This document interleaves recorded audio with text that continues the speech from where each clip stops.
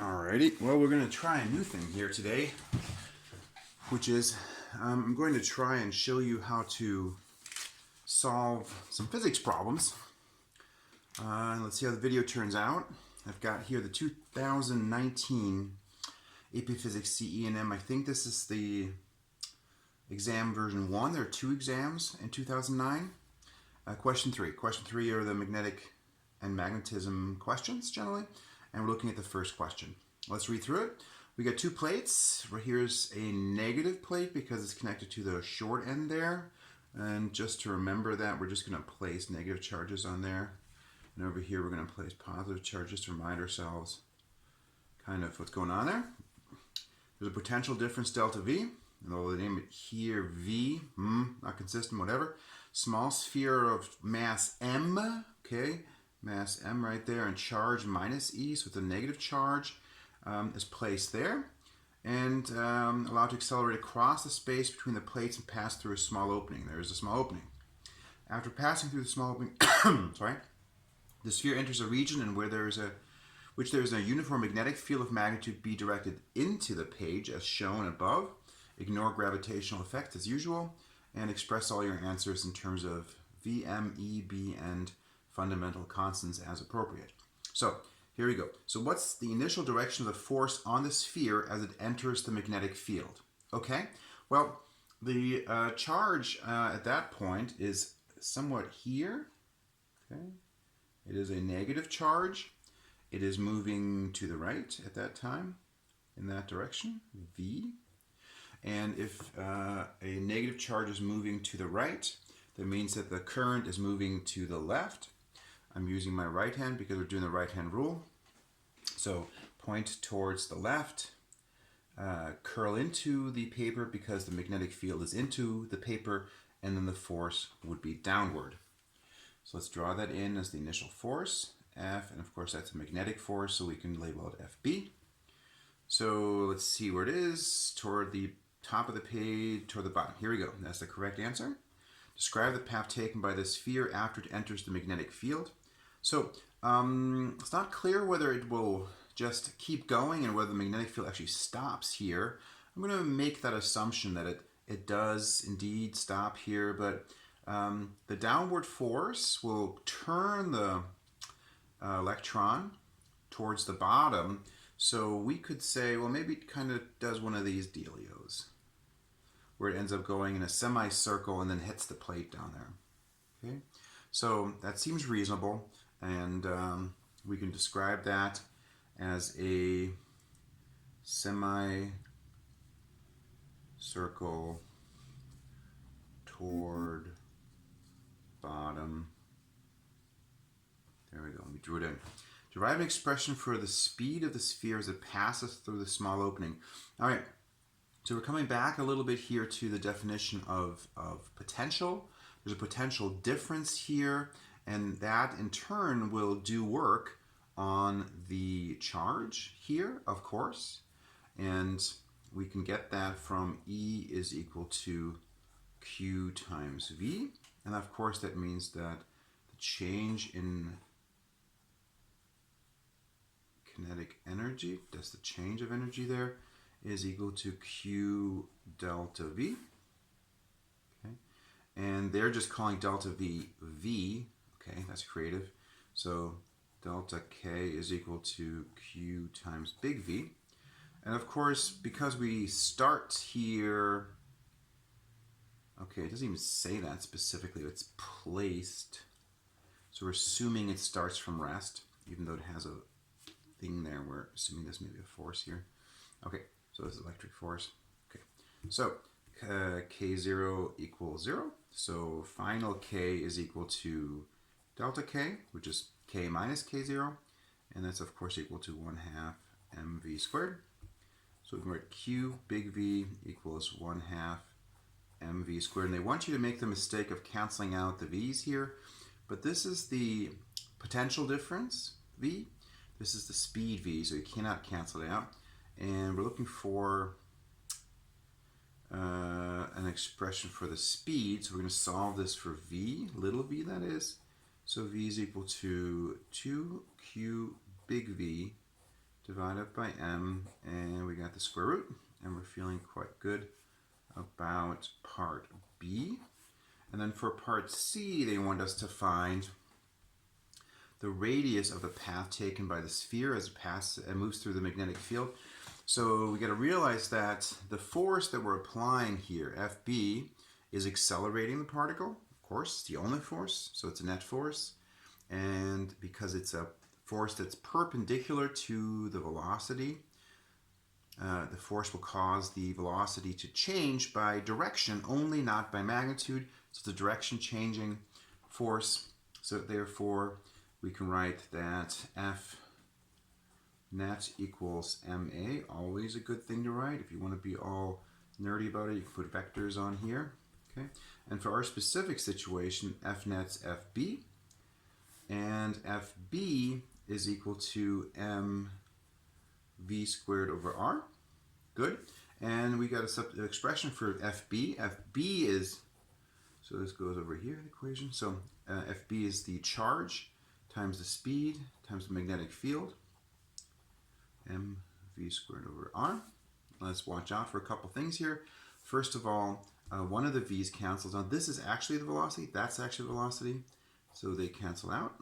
And the second thing that happens is Q, the charge is actually E, as indicated here.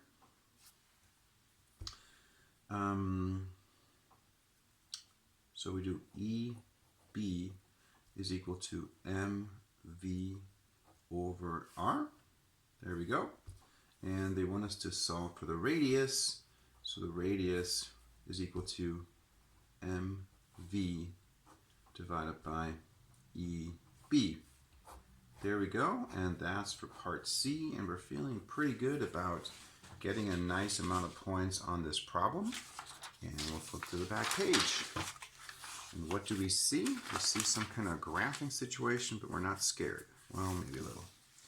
Let's see what they got here. So an experiment is performed in which a beam of electrons is accelerated across the space between the plates and passes through the small opening. After passing through the opening, the electrons travel in a semicircular path and strike the right-hand plate. Yes, that's what we believe will happen. The potential difference between the plates is varied in regular increments, as shown in the table below. For each potential difference, the magnetic field is varied in order to cause the beam to strike the right-hand plate at a distance of 0.02 meters from the opening. Alrighty. So the striking distance in each case is 0.02 meters. I'm just going to go back to our picture and kind of realize what that means. So they're making this distance right here 0.2 meters, and then just realizing that, of course, that distance is the diameter of this circle, and therefore r is equal to 0.1 meter. Okay, so they used a convoluted way to tell us the radius, but we have it, and we'll use it. Good. Let's take a look. They told us the radius is 0.1. They vary the magnetic field. It's there. And now R is constant, V is changed, magnetic field is changed. Okay. Did we make a mistake over here? Yeah, we made a mistake. You know what mistake we made? They got us. Oh, aren't they so smart? See, over here, they said you got to put everything in terms of big V, M, E, and B. And we didn't do that because when we calculate the radius, we left it as M little v over EB. So M, E, B, okay, little v is not allowed. So we got to go back and actually substitute in this V here. Okay, for that V, and then we're okay. So R is equal to M over EB, and then times this whole thing. Man, we got us here too because it's not Q, it's E. Man, bless me, you're not doing well here. Okay, so V is equal to square root 2E big V divided by M. That is the velocity. Okay, in terms of E and the voltage difference, M over EB. Now we're plugging in that thing here. We have 2EV over M. Oh my, this is kind of messy. Okay, so what do we get? we get, we can simplify that. We pull an m squared in there, so we put everything inside the square root. Then we have a 2, the 2 stays. M squared divided by m is m. Then we have the big V still there. Good. Big V is still there. On the bottom we pull in an e squared and that cancels out once, the e from the top. And then we also have a b squared on the bottom. There we go. So we can write it like that and we're good. Squared, yep, that's good. 2 big V, e squared, cancel out one of those. And we do have the m, good, b, all good. So there we go. Here's our now correct expression for r. And then probably we would get partial credit for those, but we'll just double box these corrector answers because, again, coming back to this idea of how we express an answer. Okay, so coming back to our relationship here, we have here V, we have here B, okay, and what else do we have in our equation? We've got V, B, M, E is a constant, and then of course M and R are the other ones, okay? So we're keeping R constant, okay? So what that means is that as we vary, M is constant, E is constant, so R is constant, so V depends on B. So we can take this relationship we have here and kind of rewrite it. Boy, this is kind of a little bit schnickelish, but we can do it. We're not afraid. We're going to start off by just squaring that relationship. We'll put that up here. We get 2mv over EB squared. EB squared. Whoop. That's equal to R squared. R squared. Okay, now we've got V and we've got B there. R is a constant, E is a constant, M is a constant. So if we write, for example, V is equal to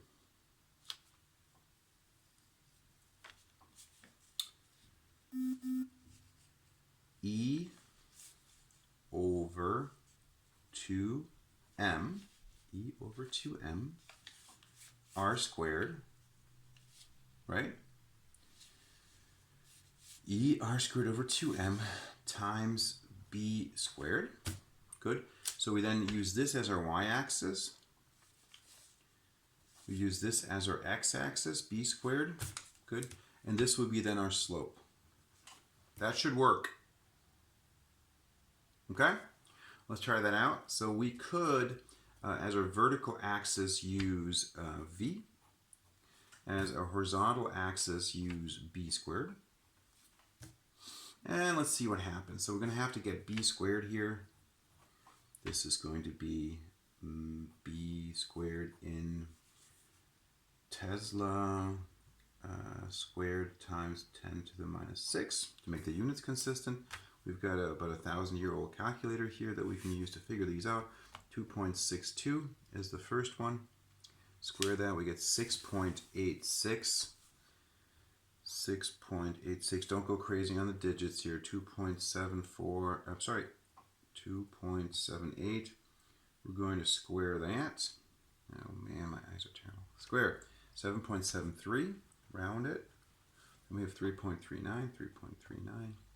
Square that. We have 11.49. Here we have 3.54. Squared is 12.53. 12.53. Here we have 3.78 squared. 14.29. And last one is 3.99. 15.92. Whoopsie. 15.92. Goody. Now let's take a look at our graph. This is just a reminder, this is our y. This is our x. So on the x-axis, we're going to go up to 15.9. So it'd be wise to go 2, 4, 6, 8, 10, 12. That doesn't work. So 3, 6, 9, 12, and 15. There we go. And that's going to be the measure of b squared in t squared times 10 to the minus 6. Good. And then on the vertical axis, we've got V, and that's going to be in volts. Good. And we're going up to 140, so 30, 60, 90, 120, 150. That works, right? Yep. So 30, 60, 90, 120, 150. Okay, let's take a look. First data point, vertical axis, we're at 60. Okay, horizontal axis, we're at 6.86. 1, 2, 3, 4, 5. So each one of these is 0.6. So you're right in the middle of here. This is like somewhere like around there. Good. Next data point, 70. And each of these is again 6, which is awkward, but okay.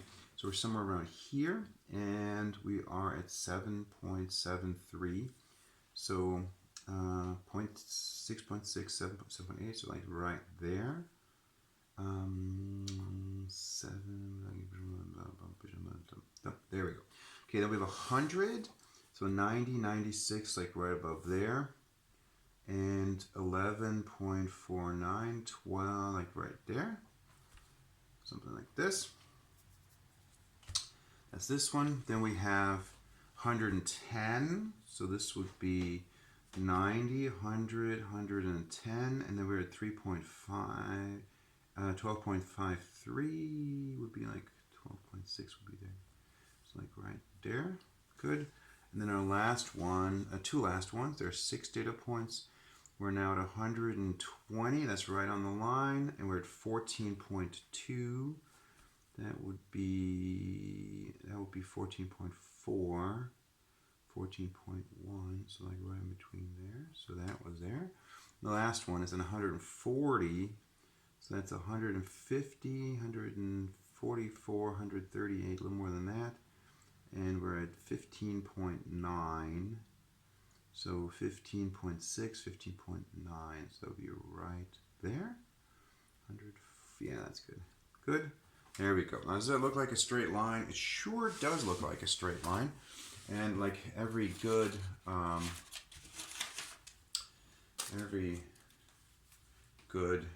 physics student, I forgot my ruler. So I'm going to use not my finger. That's not good. I'm looking around for something good to work. This should work. So I've got some kind of book here that I can use. And I'm going to see if I can get a nice straight line through this thing. Wow, that looks pretty darn good, actually. So here we go. There we go. So we've got our straight line placed through there. So now we are looking to find the mass to charge ratio. Okay, so looking for M to E. So if you look at this, first we got to find the slope. So let's pick a point that makes sense.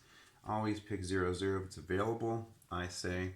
And then see if you got a point where it actually goes through something constructive, like this one right here. But don't use, it looks like you're using the data point. You're not using the data point. We're using this point right there, where it's in the x direction 14.4. 14.4 b squared, Tesla squared times 10 to the minus 6.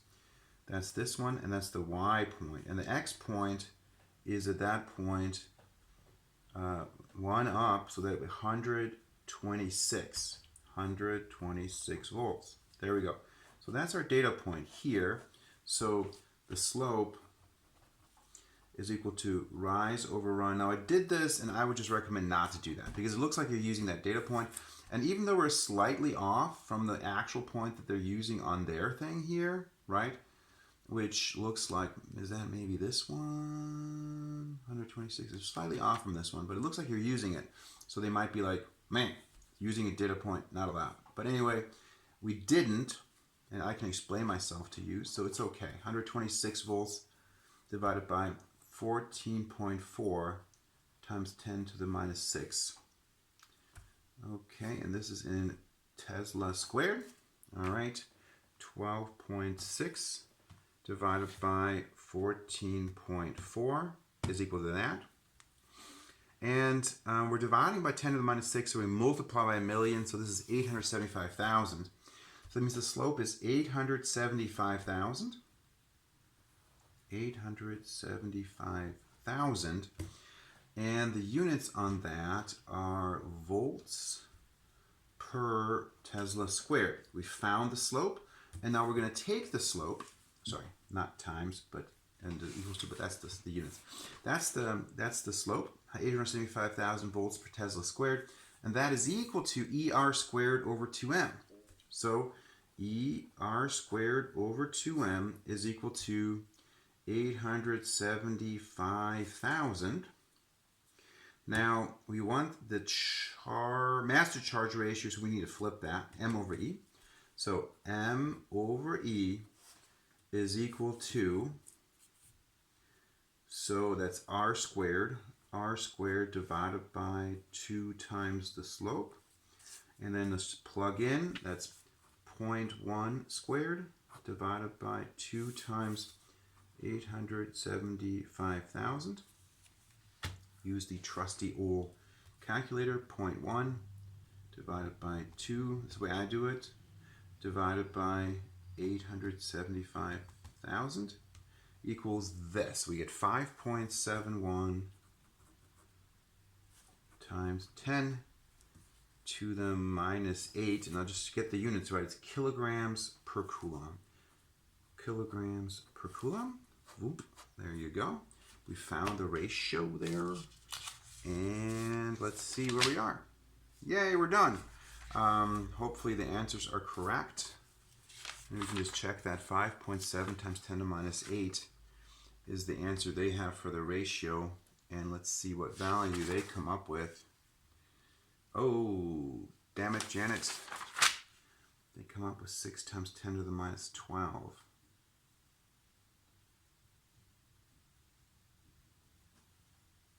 That's not even close. Oh, here's the problem. I had point R equals 0.2 meters. Was it 0.1 meter? What was it? What did they say? Oh, okay, here's the problem. Sorry, so 0.02 meters. So so it's 0.01 meters, and then here 0.02 meters. My fault. You probably already saw that because you're way smarter than me. But anywho, let's come back over here. So everything stays the same, but here where we have 0.1, we have 0.01. There we go. So the answer needs to be divided by 2 powers of 10. Okay, so it'll be 5.71 times 10 to the minus 10 kilograms per coulomb. And now, are we still off? They're at 6 times 10 to the minus 12. What? How is that possible? Maybe I did the math wrong. What did they find for the slope? Slope, 1.2 times 10 to the minus 7.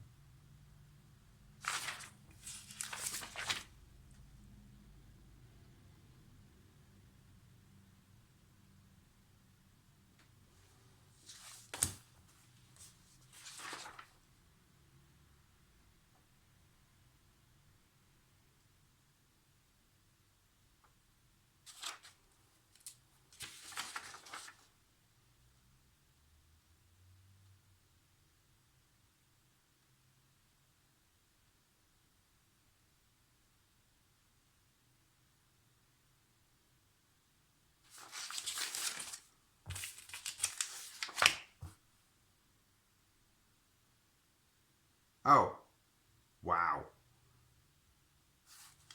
You should demand a discount.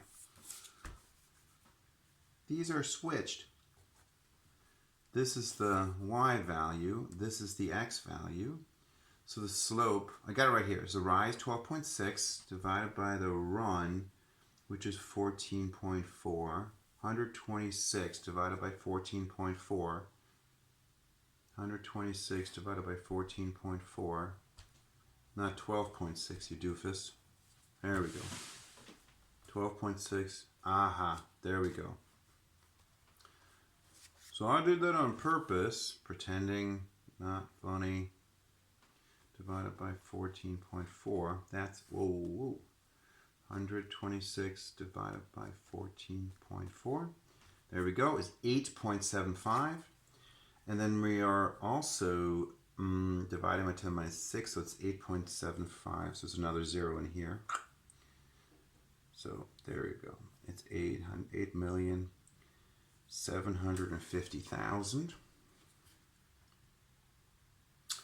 8,750,000. So that puts another 0 there. There we go.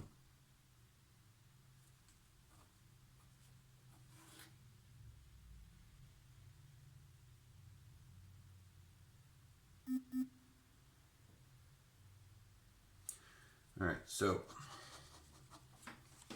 8,750,000. That's 8.75 as the slope. Their slope was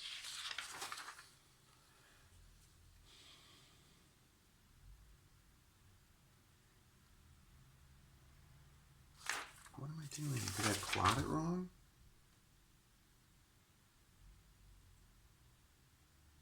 Potential difference, this one, 150. Oh, I see what they're doing. Yeah, my approach is fine. Good, but their answer will be the inverse of my answer. Got it. All right. Man, oh man. Okay. 8.75 million. M over E equals R squared divided by 2 times slope, 8.75 million. All right, let's go. 0.01 squared divided by 2 equals divided by 8,750,000. 8.75 million equals, we get 5.71 times 10 to the minus 12 kilograms per coulomb. There we go. And that's the answer. And the answer they get is 6 times 10 to the minus 12. So that's agreeing with what I did. So you're very welcome for that illustration of how to not do this. Ha ha ha ha ha. But the answer they get is correct. They plot it the other way around. Either way is fine. Works out. Good. Perfect. So we got the answers correct. I think you can check the answers and I'll post this and allow you to laugh at me.